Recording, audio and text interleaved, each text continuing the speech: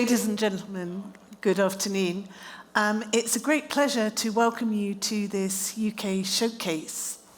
And also I think we must all thank our hosts here of the Kingdom of Saudi Arabia for this fantastic conference and the opportunity to meet so many people. In his speech this morning, the Minister referred to the importance of collaboration, cooperation and connection. And that's very much what we from the UK are about, and look forward to building further links with the Kingdom of Saudi Arabia, but also the other countries, and of course the industry sector and all the other organisations that are here. My name's Fiona Clowder. I'm a former UK diplomat. I was ambassador to Chile and the regional ambassador for Latin America and the Caribbean for COP26. I now work in the private sector, but what I'm very interested in is the interface of mining, energy, environment, which this conference is really bringing together. I'm very pleased to introduce our panel this afternoon, Professor Paul Monks, who is our Chief Scientific Advisor at the Department for Energy and Net Zero. Kip Jeffries from the Camborne School of Mines, the University of Exeter, and Richard Harrington from the Natural History Museum. And in the next 40-45 minutes, we're going to talk a little about what the UK has to offer. And what we'd like to do is both highlight some of the conventional things you might know about the UK and our interest in mining and international partnerships, but also to highlight some slightly different perspectives that are going to be very important for our world of the future. So if I can first ask each of our panelists to give just a 1-minute introduction on who they are and their particular interests in being here at this conference. Paul, can I start with you? Thank you, Fiona, for that. So I'm Paul Monks, Chief Scientific Advisor, Department of Energy Security and Net Zero. And I've been very much involved from the government science side at supporting the development and the delivery of our critical minerals strategy in the UK. So in June 2021, we published our critical minerals strategy. It kind of had 3 taglines. It's ACE. It was to accelerate what we've got nationally, collaborate internationally, and enhance the use of standards as part of that. And just kind of pull that apart a little bit more. So we're accelerating in the A part of this our national resources, be they lithium in Cornwall, tungsten in Devon, and other resources across the UK. We're also upping our skills sector and growing our skills sector, building on things like the Camborne School of Mines, on my left. We've also got areas around increasing our R&D piece. Yesterday we launched a multi-million-pound venture to train the next generation of R&D scientists in the area of critical minerals. And also in the A area, we're very interested in the circular economy and making sure we circularize the use of materials as they flow through our economy and using new and novel technologies to do the recycling piece. In the Collaborate, it's very much what we're doing here. It's about being an international voice for that, pushing and looking to work internationally, working with our companies, and we have some of the best mining companies in the world, and of course London is one of the big mining centres of the world, particularly for mining finance, and making sure that our companies and our financiers are working together in that global context and collaborating. I think in the E area, in the enhance, we're very much, and you heard our Minister Ghani speak this morning about the importance of ESG standards, upping the floor and pushing the ceiling up in terms of those sort of standards, making sure our financial sector is working to those highest ESG standards and working with the people and skills piece also across those things. And we're very keen actually to see a reduction in the number of standards, not a proliferation of those sort of standards, and adoption of fewer, more cross-cutting standards, because industry tells us that it's a part of that. So in the UK, the government is very supportive of the critical minerals agenda and sector. We just kind of finished the picture. We produced a strategy, and then this is such a fast-changing area. I don't know if everybody agrees with that. We put out a refresh actually quite soon after that in order to look at the changing geopolitics, on that. And recently, just before Christmas, we had an industry-led task and finish group that the minister asked to delivered an interesting report, which is well worth reading, about the industrial take on critical minerals in the UK economy. But I'll stop there, Fiona. That kind of gives a shape for what we're doing at that sort of government. And actually, I should give a call out to Richard on the far end here, who's been part of our critical minerals expert group in the UK. So our approach in the UK very much underpinned by having that science and that business and that economic expertise feeding into our strategies. Okay. Paul, thank you very much for that quick overview, and we'll certainly come back and pick up on some of those important themes. Kip, can I turn to you to give a brief introduction? Yeah, thank you. My name's Professor Kip Jeffrey. I'm a professor of mining education at the Camborne School of Mines, and this is quite a unique role which involves an understanding on a global basis of how we develop the talent and the skills required to support, such a massive global industry, and the challenges that companies and countries face when it comes to bringing those skills to bear in developing mines, in a better and more sustainable way globally. So we've managed to work with states, with countries, with companies, to really develop a skills piece around how they take, their national staff, their national young people, sometimes with a challenging background in terms of education, and bring them into world-class mining operations and corporate roles, so that the skills in those countries are developed to the full, and they maximize the benefits to them. So within the Camborne School of Mines, we run all the usual things you would expect in terms of training courses, executive education, of master's level programs, short courses, and support for companies in specific technical challenges they've got, and research work alongside that.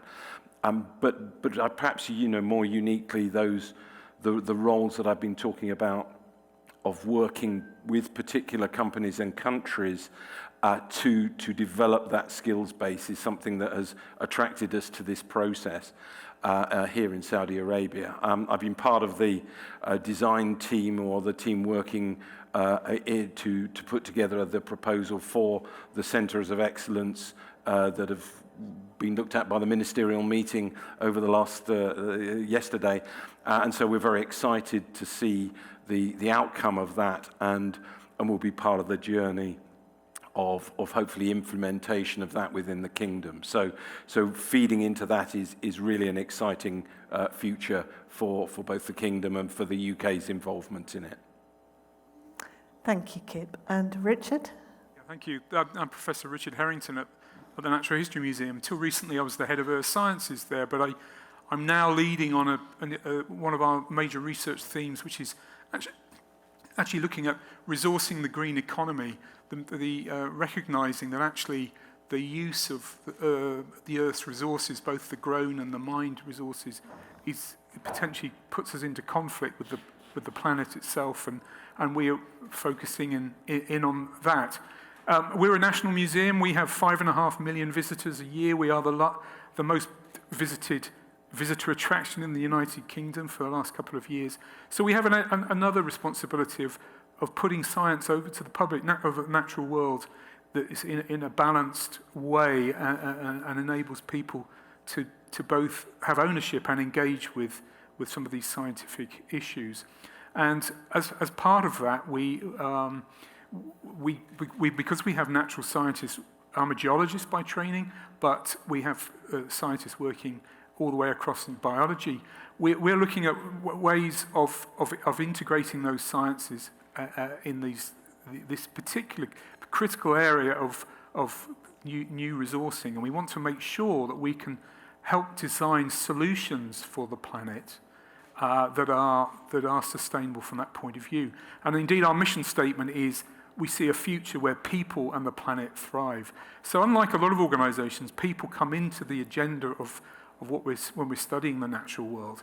And so we're realistic, we need those metals, but part of our research is focused on how do we tackle perhaps the conflicts between mining those minerals that we need and not further degrading the planet. And so we've been developing new paradigms really for future positive mining that we have been sharing. And like the Camborne School of Mines, we're involved in helping frame this Centre of Excellence through my colleagues.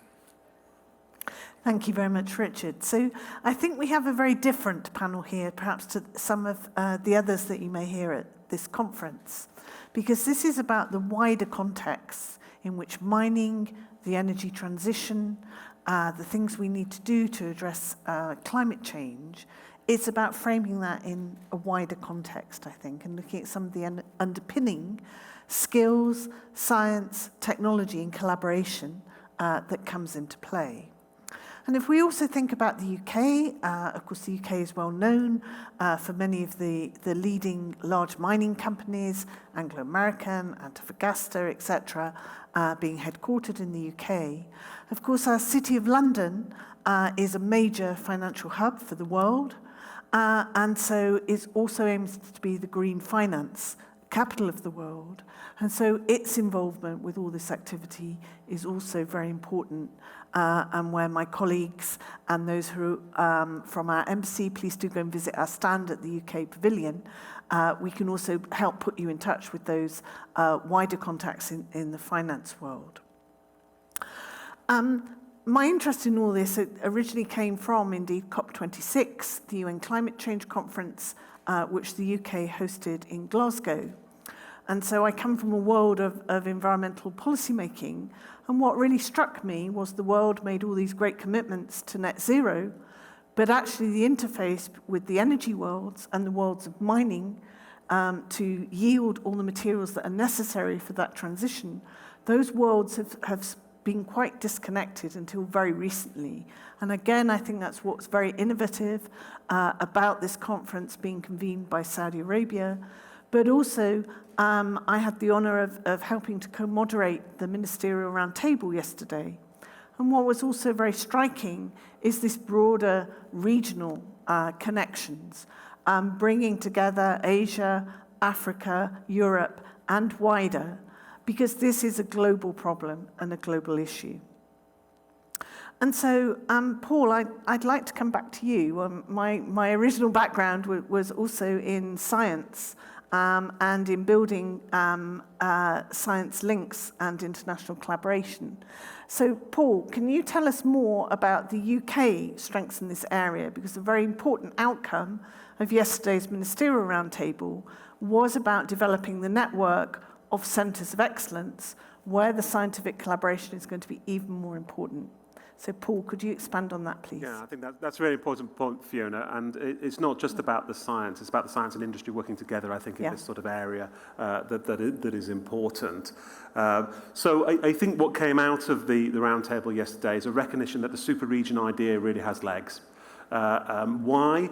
Because in a way we can use places like Saudi Arabia as a gateway to Africa and Asia as a midpoint in that. There's much that we can do. And also it's a recognition, I think, in the Saudi area that they don't have all the skills and capability in order to meet all those sort of needs. So there's a partnering and brokering sort of exercise that's going on here, which I think is quite powerful in a way of being able to move this forward.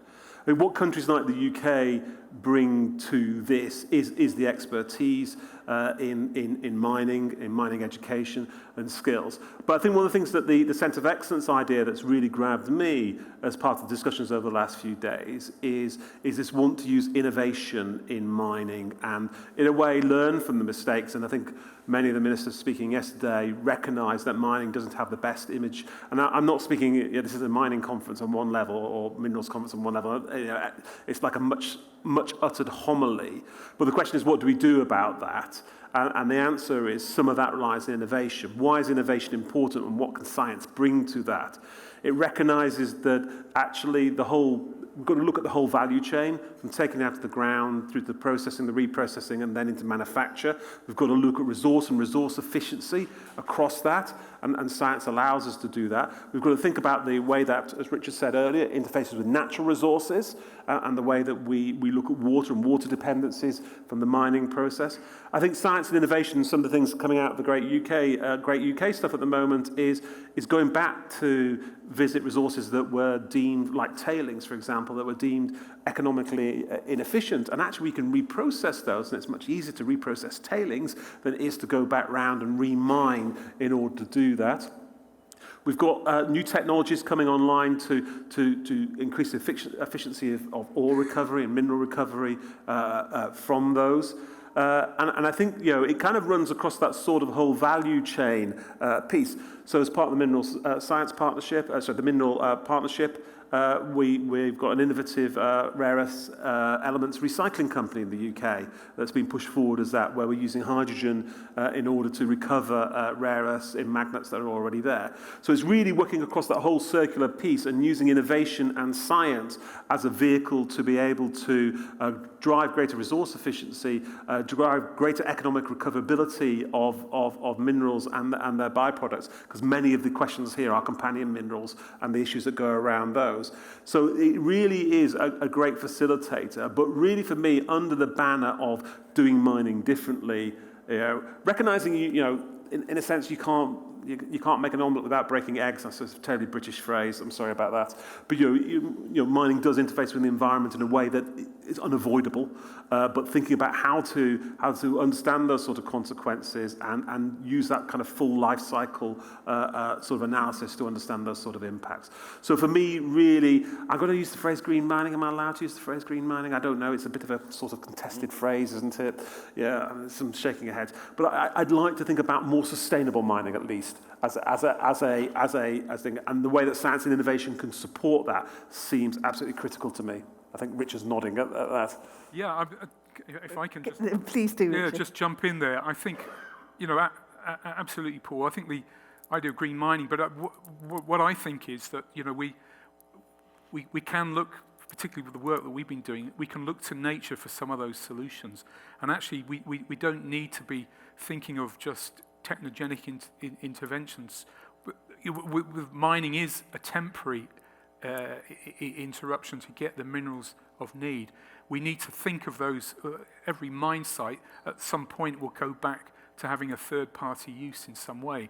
And we have to make sure that there's a net positivity and we heard this morning from the Minister, it has to be something that's net positive for the communities and net positive indeed for nature.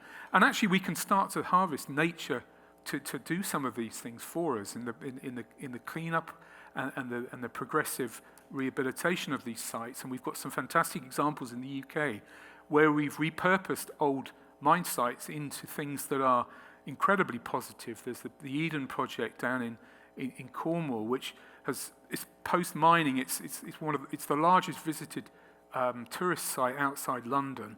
It gets nearly millions of visitors ever since it's closed.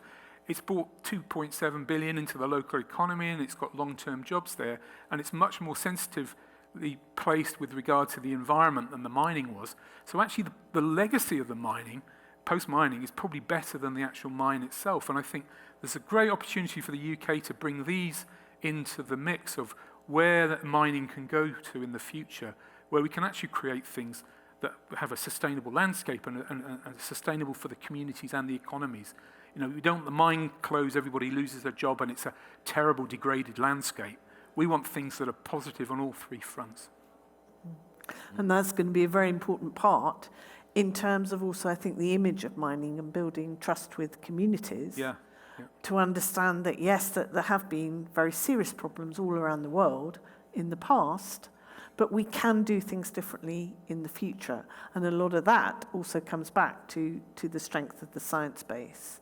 And I think, Paul, just picking up on some of what you were saying, it's both about the strength of research excellence in our universities, but it's about that wider ecosystem of the bridge into technology transfer, into innovation, into new technologies that can really help accelerate some of the developments in mining, and also can help address some of these environmental issues and open up new opportunities in the future that bring both economic benefit but also social benefits.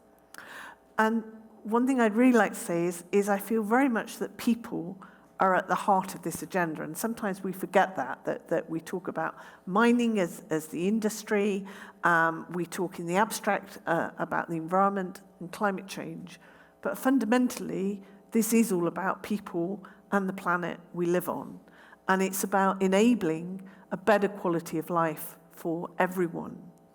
And another important part of the people aspect is, of course, the skills and talent that are needed in the world of the future.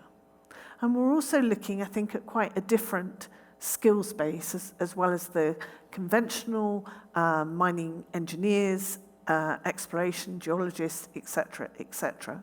So I'd now like to turn to Kip to tell us more about the skills development, both what happens currently in the UK, but also how you see this developing in the future and the wider and perhaps different skill sets that need to be brought to bear. Over to you. Yes, thank you. I think the idea that ambitious plans like we see in Saudi Arabia in terms of the industrial development can go on irrespective of the availability of skills and so on is a kind of an impossibility. What has to happen is that that human capital, those human skills have to be developed alongside technology and alongside mineral project development. And indeed, they're often some of the slowest things to do. Saudi Arabia actually has a unique opportunity in it. It has fantastically qualified and skilled people in the petroleum sector, which can be redeployed and retrained into the mineral sector, and the same in construction and so on. But you still need to bring those skills to bear. So one of the key things that happens in many of the countries we've assisted in this way has been looking at exactly where the country is in terms of those skills availability, what the industry profile might look like, and how you get from one to the other, because that's actually the targeted type of approach and the strategies that you put in place that make it happen, not simply saying we can provide a series of courses for this, that, or the other. And so being able to do that analysis and then start to put those in place and make the appropriate offerings of them is something that we certainly see as one of the key areas that the UK has to offer and where we have experience of doing this in the past. I think the Kingdom also is in a hurry, and this is a really exciting part of what is going on here, is there is a thirst to achieve this with the 2030 vision. And so things have to happen at speed. And so skills is part of the acceleration process. It's part of the escalator that you put in place to make this happen. And that's where we can contribute, because we kind of appreciate the need for this and understand the processes you have to go through to have the skills base that is required. And so we're very excited by the opportunity to be involved in that. And that's why, Fiona, particularly in the design of the Centres of Excellence approach, that skills talent development is a key component, one of the key founding pillars of it, because it's only by providing the people who are there at the right time and not just trying to bring in expatriates who come in and deliver things for a short term and then disappear again, but to use the sort of potential of that is here already in Saudi Arabia. To utilize that to its best effect is where the Kingdom will see the maximum benefit. So we like to think that there is a great opportunity to be involved, to help that acceleration process, to help that development, and use the lessons that we've learned in in places like Zambia, and we've used in Malaysia and other countries where we have done that at a national level, and bring those to bear in the kingdom, I think would be a really exciting opportunity.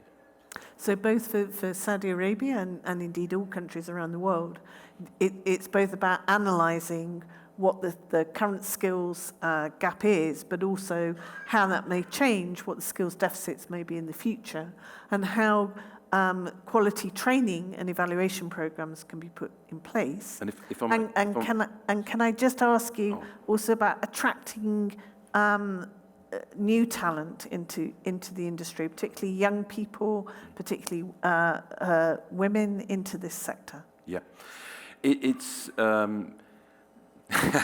I can be suitably challenging about this, but no, the many countries, and Saudi Arabia in particular is no different to this. It's, relatively young populations where actually the sort of employment prospects and the type of people coming in are that young generation are demanding and are required to deliver very different types of roles in an industry like this than they have in the past. The traditional mining engineering, traditional siloed areas of work are evaporating. And as new technologies and innovations are brought in, that brings it with it different skill sets, and this is going on around the world. In that, mining companies are starting to look very much at not just a mining engineer, but someone who has the technology skills, the computing skills, the skills in artificial intelligence, in automation.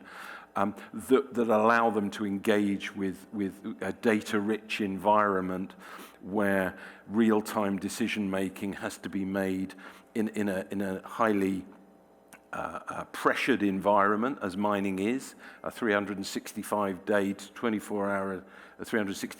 a year, 24 hours a day, operations, and therefore people have to be trained to be in that environment, not the idea of going down into an underground mine purely and thinking about support and rock mechanics and so on. Those are key skills still, but they have to be embedded now with an environment where the data streams that allow optimization and control of your entire mining operation are available at the flick of a switch and will guide the process. And so, remote operation centers that are run in Chile, for example, that you may well have seen them yourself, and in Australia and so on, where that mining activity is controlled remotely, vehicles, are autonomous, and the types of arrangements that are made in order to schedule those activities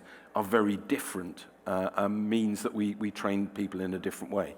Richard has made the point that actually, if that new paradigm of mining is brought in, of where we really are looking at the end delivery point of a mine in terms of what it will create as a legacy, then again the skills that our mining companies will require will also change with that new mining paradigm. So I think that's where we feel there's some important things that are there to offer. If that is the way the kingdom is going, and it's very keen to do it quickly, we can try and help that process. Yeah. So this is an exciting sector. It's about the world of the future, and it's about what we can do to also promote that sector to attract more young talent and a different skill set. So I'm going to open this up to questions in a moment, but first I'd like to come back to Richard. And in order to change that image of mining, public understanding and acceptability, relationship with communities is very, very important. So Richard, could you say more about that side of things?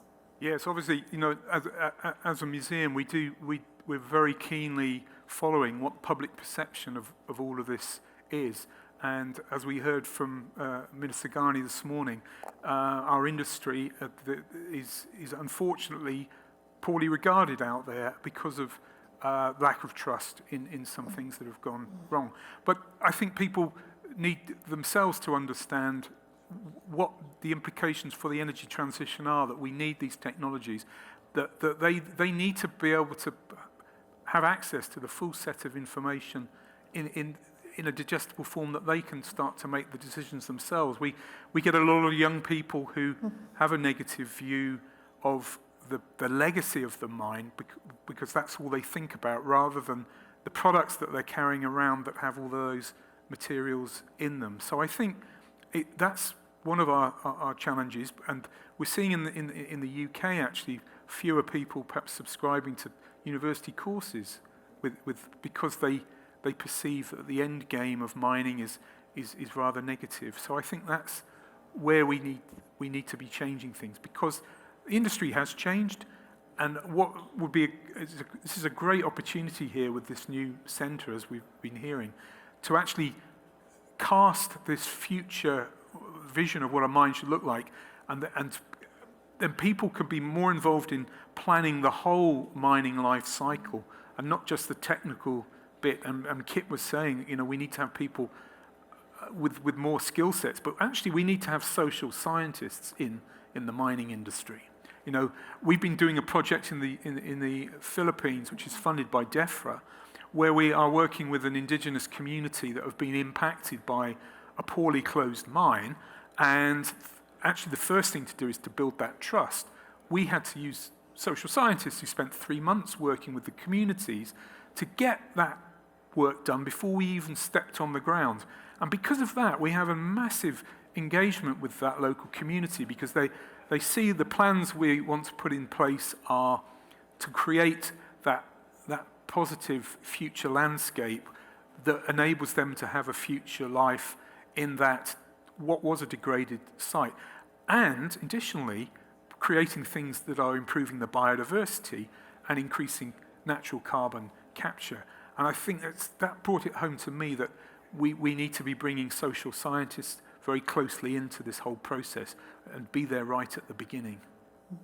Thank you. And I guess some of our audience might be surprised to find that the museum sector here at this conference. Yeah. But I think what you've outlined is our museums are not just about showcasing what happened in the past.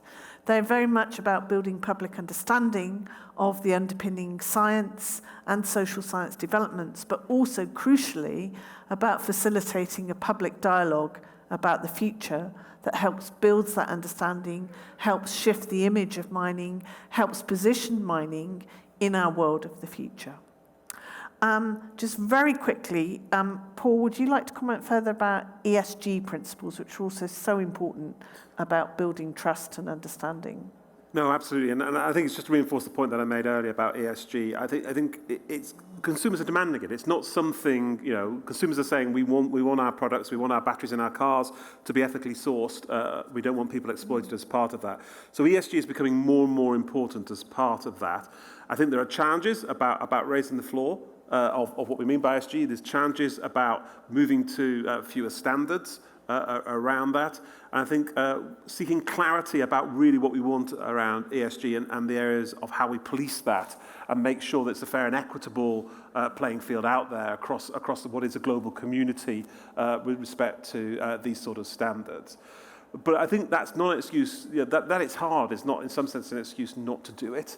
I think it's intrinsic to what we've talked about today here a lot about, it's a chance for the mining and minerals sector to move to a different place by embracing those sort of standards and using them and showing that they're effective in raising the sort of standards of the processes and the outcomes from that. So for me, it's an intrinsic part of that. And I think kind of where I'd end on this actually is to kind of take the point that's come across this. This is a three-legged stool problem that we have here. We've got to have the right technology in there. We've got to have the right social context. This is socio-technical problems. We've got to, I think, to reinforce Richard's problem. It's people that do mining. It's people and communities that live near mines and work in the processing plants. So it's a socio-technical problem. But it's also an economic problem. The third leg of the stool is we need finance in order to do that and companies to do it. So you can't build this world, and this decarbonising world, without having all three legs of this socio-technical economic stool that this sits on. And I think the mining sector's got to embrace that, and standards are an important part of that piece. Thank you. So I think we're running out of time. So are there any immediate questions from the audience? Gentleman there. Sorry. Sorry. You mentioned social challenges. Yes. Yeah, on what part exactly? Are you trying to let the people near the mines have more experience on mining, for example, to prospect or? So I don't really want to get into kind of preaching about how people should do it, but I think you could look at some of the examples of recent mining ventures across the world and look at where co-creation and as Richard said, you know, like the Philippines example that he gave, working with that community would have enhanced it. I mean, one of the positions that we have in the UK government is we want to help and support provider countries get the benefits of that mining as part of that. And that includes the social benefits alongside the economic benefits. But Richard, you wanted to come in on this as well. Yeah, just say that, you know, we talk about social engagement, but it's more than that. It's socially embedding people into the process from the beginning. Because actually one of the problems with mines is it takes a long time to get a discovered mine into production. And a lot of often the barriers to that are the fact that of all having to go through this sort of social permitting and so on. And actually, if a lot of that's done up front and you have an empowered community who have equity in the project, that will go better because there won't be that burden so much. And there's some very good examples out there. Tech, which is a Canadian company, although their ESG team are based in London, which is for the reasons that we think London is a really good place to set those standards. They've got a very good track record because the big zinc mine they have in Alaska actually has the indigenous community as equity holders in the land. So they co-created, as Paul was saying. There's a co-creation of the whole vision of the mine, rather than just so you let the people in very early on in the stages, and they then become part of decision making in the projects. And then that fits into on the nature side, because what we found in the Philippines is they have such a lot of local people, indigenous people, have all that information about the natural environment that perhaps we coming in as outside consultants, we don't have that. And when we work in an area, we always work with the local experts on the wildlife, and we should do the same with communities. Work with the sort of local people, because there's a lot of indigenous knowledge, and I think it would accelerate permitting. So we would, from discovery to mining, it would shorten that process. Can I just add? Kip. One of the key problems that happens in many countries is you get a company coming in, perhaps with overseas ownership. They develop a project in a local community.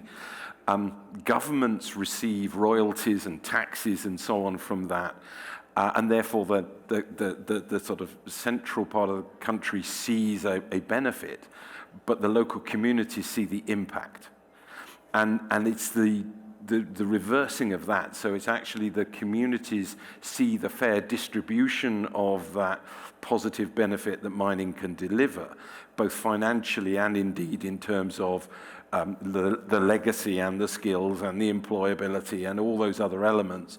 That starts to be something that local communities and therefore the kind of social conflict is reduced when it's not all, if you like, a centralized benefit and a localized impact. And I would strongly suggest that as policy is delivered around those sort of areas, that is thought about distribution, shared value between central and local is a key part to any good mining industry in a country. So really building partnerships and dialogue from the start, I think, is very, very important. I think we probably have time for one final question. Gentleman in the middle.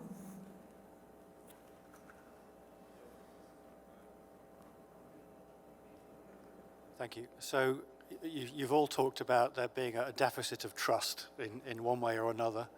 And I wonder if you could just expand upon that a little bit. Let me give you 3 options, right? One option is there's a deficit of trust because of, as it were, own goals scored by companies and by the industry. So whether that's short term or other activity that comes back to bite. Another possibility might be that actually there's a difficult story to explain about transition. And if you need more copper and more lithium and whatever else, then you need more mining, and there are trade-offs, and there's a difficult story. A third possibility is this is in some sense beyond the control of companies or the industry. There's a sort of global governance issue that is not, the industry itself can't resolve. So I just wonder if you could unpack the trust deficit a bit more. Okay. Paul, would you like to Well, start? the short answer to that is it's all of the above. I mean, I think you're right. I mean, to try and say it's one or the other is not. I mean, you look at them all, and they're all intertwined around each other. And it's important for governments to start with your C, if you will, start for governments to provide the platform for that, through to what we were just discussing in the trust deficit piece about making sure that the local impacts are mitigated and benefit is seen from that piece. I think that engagement across the piece will help. I don't think it's the panacea for all ills. I think that there is an expediency argument somewhere in this. I think that you push at, that there's a demand for these resources and a demand for them to be delivered relatively quickly. But I think, again, this is where some of the technologies can come in and the regulation can come in around making sure that the impact is assessed. So as we're running out of time, I will say that actually I think your question is very prescient in the sense that you have to consider all 3 parts of this. I think it is wrong to say the trust deficit only lies with the miners around that. No, it's threaded throughout the chain that you describe, and you have to address it at all those sorts of levels. And by just pushing it onto the companies, in inverted commas, blaming companies, if I can use that slightly pejorative term, will not solve the issue of any perceived or real trust deficit. Yeah. And also, it's not going to happen overnight. I think there's also an issue about how do we know when we are starting to make progress in building trust. But final comments, Kip and then Richard. I would be a little more challenging in a way about this, in the sense that, I mean, I agree the industry has shot itself in the foot in several occasions, and we could all name disasters of various sorts. And of course, they get great publicity, and therefore people assume the industry is always like that, which it isn't.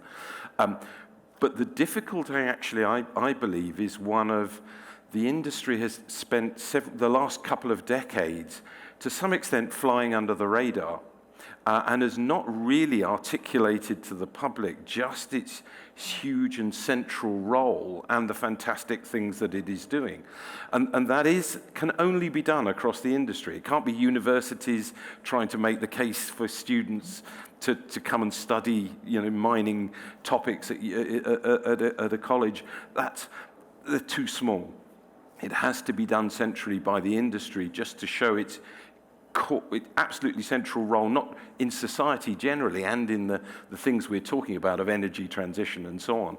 And I would ask for the evangelists to turn up here really and say, why is the industry so important to the next generation of people coming into it? And I think that would make a huge difference. And an alliance across industry, governments, and indeed education and so on is probably what's needed to do that. We can't let children hear at a junior school that this is a horrible industry, that's a sunset industry, that's not going to be around.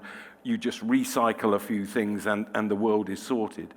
And then they come through with that view because you've lost them. We have to address it at that stage right the way through to what the importance to every individual is, just as we did actually in the UK with food. Where does your food come from? And try and explain that backstory. I think if we do that, we've got a good chance of the industry being seen as an important role in the future. Yeah. If we don't do that, I think it's going to be a really challenging piece when it comes to the next generations that we've got coming through. Yeah, so very much agree about shifting public perception, about starting young and making this an attractive sector for the future. Richard, very quick final comments. Yeah, I mean, I would go even further than Kip and say this transparency is needed. So industry just needs to be much more open about what it's doing. But what goes with that is we actually, you know, we come to this, we largely sing to the choir when we're at meetings like this. We need to engage with the people that are the naysayers about mining. And, you know, one of the things that we've been trying to do at the museum is because we deal with the public, get the public in, find out what their problems are. So we have engaged with, you know, Just Stop Oil, Extinction Rebellion, and actually once you start to empower people to get the knowledge, we shouldn't be teaching, and that's one of the problems and that's why it's very difficult for the industry to change the perceptions, because they would be seen to be, well, you're kind of going to say mining's good because that pays your bills and keeps your shareholders happy. We actually need people to come in and say, we want mining positively. And it's interesting that you can go to places like Cornwall, and companies like Cornish Lithium can crowdsource and raise money from the public. And then you can go to other parts of the country where they wouldn't touch mining with a barge pole.